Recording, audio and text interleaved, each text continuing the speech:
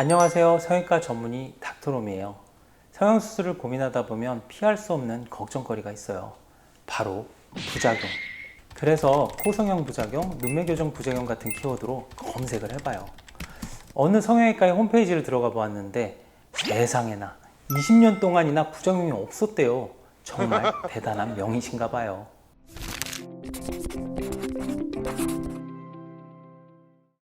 대학병원 성형외과에서 가장 힘든 수술을 꼽으라면 주저없이 유리 피판술을 꼽을 거예요.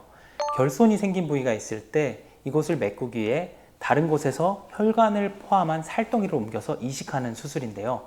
살덩이의 혈관과 결손 부위의 혈관을 이어주는 현미경 수술을 포함한 고난이도의 수술이에요. 수술만 8시간 가까이 걸리는데 수술 중이야 뭐 그렇다 치더라도 수술 후가 너무 힘들어요. 이어놓은 혈관의 상태에 따라 옮겨놓은 살덩이에 문제가 생길 수 있고 응급수술로 빠르게 처치해주지 않으면 기껏 옮겨놓은 살덩이가 썩을 수도 있거든요. 환자 입장에서는 뗀 부위에 흉터만 남기고 다시 처음으로 되돌아가는 거예요. 그래서 수술 후에 밤새도록 2시간마다 환자의 혈압, 체온, 소변량은 물론이고 이식된 살덩어리의 색깔, 촉감, 온도를 살펴야 하죠. 수술 시간을 포함하면 24시간이 넘게 못 자는 경우가 생기니까 정말 피하고 싶은 수술이었어요. 유방암 수술 후에도 유방 재건술을 할 때 이 유리피판술을 이용해요. 뱃살을 떼어다가 가슴을 만들어주는 수술인데 약자로 트램이라 불러요. 문헌상에는 2% 내외의 실패 가능성이 있다고 되어 있어요. 제가 트레이닝을 받았던 대학병원에도 유방재건술의 대가이신 교수님이 계셨어요. 그 교수님의 담당 전공이었던 시절에 한 환자가 교수님께 이런 질문을 하셨어요. 교수님, 문헌상에는 2% 정도 실패 가능성이 있다고 하던데 교수님은 최근 2, 3년간 실패한 경험이 있으셨나요? 실제로 최근에 실패한 적이 없으셨기 때문에 없다고 하셨죠. 환자분이 다시 여쭤보셨어요. 그럼 저도 성공하겠죠? 그러자 교수님께서 이렇게 말씀하셨어요. 실패 가능성이 2%라고 했는데 최근 49케이스는 성공했으니 이번이 실패할 순서일 수도 있겠네요. 물론 반농담이긴 하셨지만 기술적으로 아무런 문제 없이도 실패하는 경우가 있을 수 있는 만큼 무조건 성공한다 라는 대답은 자칫 오해를 만들 수 있거든요. 최근 100케이스를 성공했다고 101번째 케이스의 성공을 확신할 수 있는 것도 아니고 최근 99케이스가 성공했었으니 이번에는 실패할 차례인 것도 아니에요. 흔히 도박사의 오류라고 하잖아요. 동전을 5번 던졌는데 계속 앞면만 나왔으니 이번에도 앞면이 나올 거라 생각하거나 32분의 1 확률로 5번 연속 앞면이 나왔으니 이번에야말로 뒷면이 나올 때가 됐다고 생각하는 것. 둘 다 틀린 생각이에요. 늘 새로운 50%, 절반의 확률로 동전의 앞뒤가 결정되는 거예요. 그래서 의사는 힘든 직업 같아요. 내가 아무리 노력하고 애를 써도 부작용과 실패를 경험할 수밖에 없거든요. 그나마 성형외과 의사는 다행이에요.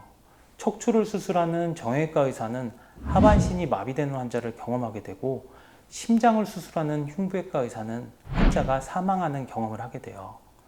환자에게 문제가 생겼을 때 당당하고 태어날 수 있는 의사는 없어요. 자책하고 괴로워하고 못 견디게 되면 그 수술 자체를 피하게 돼요.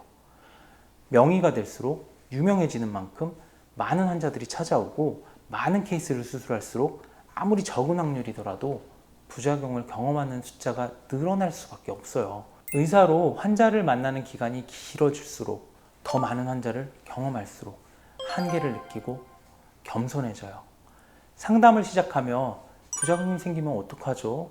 라고 묻는 환자만큼이나 의사도 오늘 수술하는 환자가 부작용 없이 잘 회복되길 바라고 최선을 다해요. 닥터로미는 환자들에게 이 수술의 부작용은 1% 정도로 보고되고 있습니다 라고 이야기하면서 이런 얘기를 덧붙이곤 해요. 의사 입장에서는 100명 중에 1명이 문제가 생겨 1%라고 느끼지만 환자 입장에서는 평생에 걸쳐 처음 하는 수술에서 문제가 생긴다면 100%라고 느낄 수도 있습니다 라고요. 그런데 반대로 생각해 보세요.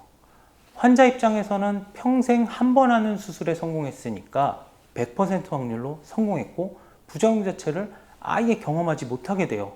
그런데 평생 이 일을 업으로 삼는 의사는 평생에 걸쳐 몇 번의 부작용 케이스를 만날 수밖에 없고 상실감과 패배감, 자괴감을 경험할 수밖에 없어요. 의사라는 직업에서 가장 힘든 부분이라고 생각해요. 확률적인 부작용에 있어서 단 한 번도 부작용을 경험하지 않았다 라고 얘기하는 의사는 상승장에서 처음 주식시장에 입문하여 내가 산 주식은 다 오른다 라고 얘기하는 주린이와 다를 것이 없어요. 단지 경험이 적어서 초심자의 행운에 취해 있는 것이죠. 20년 무사고를 이야기하는 의사보다는 몇몇 퍼센트의 확률로 예기치 못한 부작용의 가능성이 있습니다. 그러나 만약의 경우에도 부작용의 해결을 위해 노력하겠습니다 라고 이야기하는 의사가 좀 더 경험 많고 정직한 의사가 아닐까 생각해요. 이상 닥터롬이었습니다.